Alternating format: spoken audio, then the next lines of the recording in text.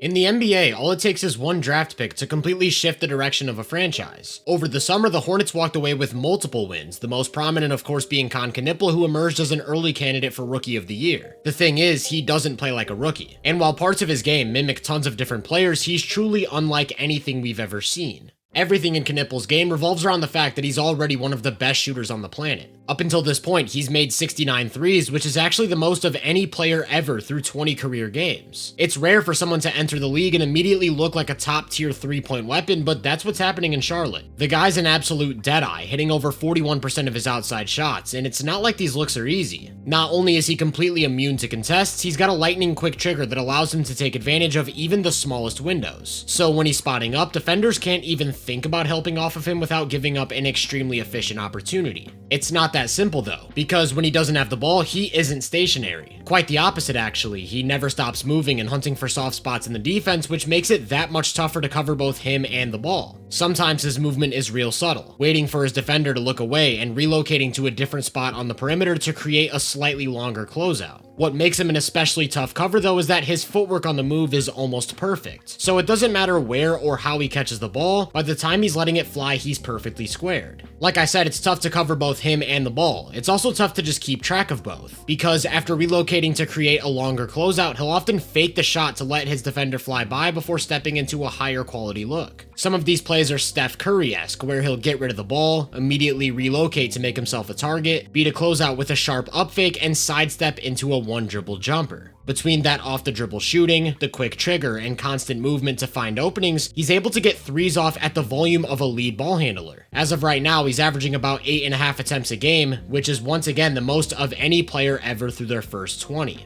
So he's got both the volume and the accuracy to torch just about any defense from behind the arc. That means he demands constant attention regardless of where he's at on the court. And when he's using those up fakes to let defenders fly by, he isn't just a threat to step into a jumper. One of Kon's superpowers is how quickly he processes the game. All of his decisions are instant, so anytime he touches the ball, he's a threat to create something off the catch, even if it doesn't seem like there's a big advantage. Although he lacks burst, the combination of his shooting threat and quick processing allows him to consistently beat closeouts. And while his lack of size, length, or lift do limit his interior scoring, he's able to make up a lot of that ground by having exceptional touch from literally every spot on the court. His go-to shot out of drives is a floater, and if he can get to that comfortably, it's just automatic. But if he runs into help before he's able to get to the floater, he can always fall back on a beautiful mid-range jumper. He started his career making 55% of his mid-range shots, and there's a decent bit of variety in how he gets to them. So although he isn't a standout athlete, he's still a threat to score inside the arc. He's also a strong connective passer, meaning he's just a legitimate playmaker in these spots. Everything I've talked about up until this point makes him especially dangerous off of screens. It starts with his ability to shoot on the move. That really stands out when he's curling out of different actions and letting it fly through tight windows. Because he's such a dangerous shooter, his movement creates a gravitational pull, often causing miscommunications or complete breakdowns. The most impactful quality in most movement shooters is how much easier they make it for their teammates to score at the rim. Kon's no different, consistently playing a role in guys getting layups or dunks. It's imperative that defenses find a way to run him off the line without losing a cutter, which often results in him getting downhill, touching the paint, and doing what he does as a middle-of-the-floor decision maker. A huge part of Charlotte's offense is finding ways to get him turning the corner near the top of the key so that he's able to pressure the paint with an advantage. Their go-to is to start him in either corner, then bring him to the ball with a handoff. If there's space to shoot, that's what he's looking for. But he's constantly reading the defense and reacting to their coverage. This time they go to Chicago action, with Kon running off a down screen to go get a handoff. Dyson's first instinct is to chase while Ricochet's ready to switch, so when James slips the screen, he's actually wide open for a layup. Plumlee misses him though, and you'll notice that Ricochet top locks Kon to deny the ball. He counters by immediately cutting back to where he started, where he finds a bit of room to pull the trigger. This aspect of his game isn't anything we haven't seen. It's not uncommon for elite shooters to react to different coverages and counter with sharp movement. That's often what makes them great. Kon separates himself in 3 key areas. The first is his ridiculous lower body strength. If his driving lane gets taken away, he can force the issue by creating contact. Second is his balance. No matter how fast he's moving, how much contact there is, or what sort of strides he's using, he's always in complete control of his body. And finally, there's his incredible use of pace. His timing is really unique, which allows him to sneak the ball through little crevices near the basket. The amount of lower body strength and balance he's already got at his age suggests that he's been locked into the gym and taking great care of his body. I know for me personally, workouts and natural supplements are a huge part of my routine, which is why I'm super excited to tell you about today's sponsor, Transparent Labs. While many nutrition brands include things that you don't want to put in your body like artificial sweeteners or dyes, Transparent Labs is straightforward about the fact that their products only include natural ingredients. Everything is third-party tested and certified for purity and safety, so you know exactly what you're putting in your body, whether it's a pre-workout, their grass-fed whey protein isolate, or one of their many other supplements. I've been using their s'mores flavored protein powder, which not only takes my fitness to the next level, it genuinely tastes great. And if you're looking for supplements to optimize your health and wellness, I've got a special limited time offer for you. Right now, they're offering 25% off site-wide as well as a free bundle over $149. All you have to do is either click the link in the description or scan the QR code on your screen. This offer is only available until December 3rd, so make sure to take advantage while you can. Speaking of advantages, Kon's unique blend of shooting and driving is a big one. As a result, he's often drawing aggressive coverages off of screens, and it's rare for a rookie to look this comfortable against added attention. Don't get me wrong, he doesn't make every single read. On this one, Hartenstein jumps out to the ball, and with a quick up fake and drive, the advantage is created. Both shooters are open on the weak side, but he fails to capitalize. Earlier in that same game, he made a high-level find though. Again, iHeart jumps out, and again Kon beats him, only to throw a live dribble skip pass to the opposite corner for a wide open triple. Maybe my favorite part of his game though is that regardless of whether he makes the best read or not, everything is so quick and decisive. This time the action gets bottled up with about 5 seconds left to work with. Instead of forcing a shot, he gives the ball up, immediately follows his own pass to set a ghost screen, and the possession ends up back in his hands for a high quality 3. The Hornets love using him as a screener. It's actually a huge part of their half-court offense, and once again he poses a unique threat. More times than not, he's looking to ghost the screen, meaning he's slipping out to the three-point line so that he can catch and shoot.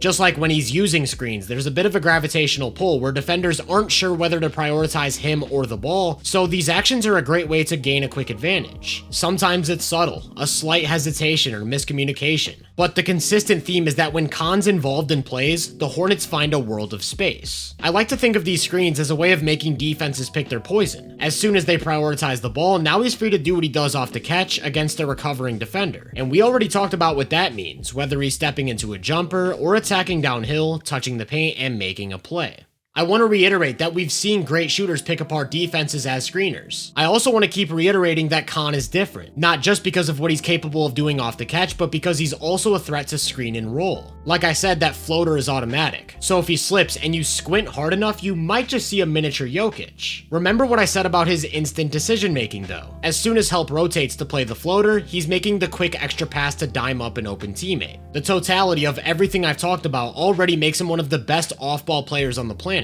He's a top-tier shooter who never stops moving, and he also happens to be a lightning-quick decision-maker that can score from all 3 levels and make a wide variety of passes. For that reason, he's consistently playing extremely efficient basketball, which isn't exactly common from 20-year-old wings. Through 20 games, he's averaged about 18.5 points a game on 63% true shooting, once again making him the only player to ever reach those marks. The only question left to ask is, how much juice does he have with the ball in his hands? For the most part, Kon's handle is pretty effective. It's functional, but it isn't perfect, and he can be a bit turnover prone. He also seriously lacks burst. While that isn't much of a problem against closeouts, he does tend to struggle getting around defenders from a standstill. Even if he does beat his man one-on-one though, that lack of length and lift makes it tough to separate and score through traffic at the rim. However, I mentioned earlier how some of these issues are mitigated by his use of pace, strength, balance, and most importantly his touch, which he pairs with great craft around the basket, compensating for those physical limitations by finishing with the inside hand. He'll never be the type of guy to generate a ton of layups for himself or get to the line 10 times a game, but I don't think he needs to be. While he hasn't shown much in isolation, as soon as he gets some assistance from a screen, a lot of his reps as a creator look pretty advanced. Of course, he's hunting for the pull-up jumper. Defenses simply cannot leave him with room to shoot. Then that shooting threat opens up everything else. That could mean drawing 2 to the ball and quickly getting rid of it to create an advantage. It could also mean forcing bigs to step out to the level, leaving him with lanes to get to the paint. And this is the part of his game that's ahead of his age. Although his handle isn't elite, he's not afraid to keep it alive or dribble through traffic, which allows him to consistently reach pressure points inside the arc. You'll see moments where he looks to sneak through a tight gap and loses control of the ball. You'll also see moments where he misses the best read. Like here, he does a great job of snaking a screen to pressure the middle, and instead of taking advantage of open space near the right elbow with a couple extra dribbles, he gets rid of the ball early. For the most part though, he does a great job of turning the corner, getting 2 feet in the paint, probing with his dribble, and finding those soft spots in the defense. From there, he can make just about any pass, whether it's a kick out, a shovel, or of course a lob over the top.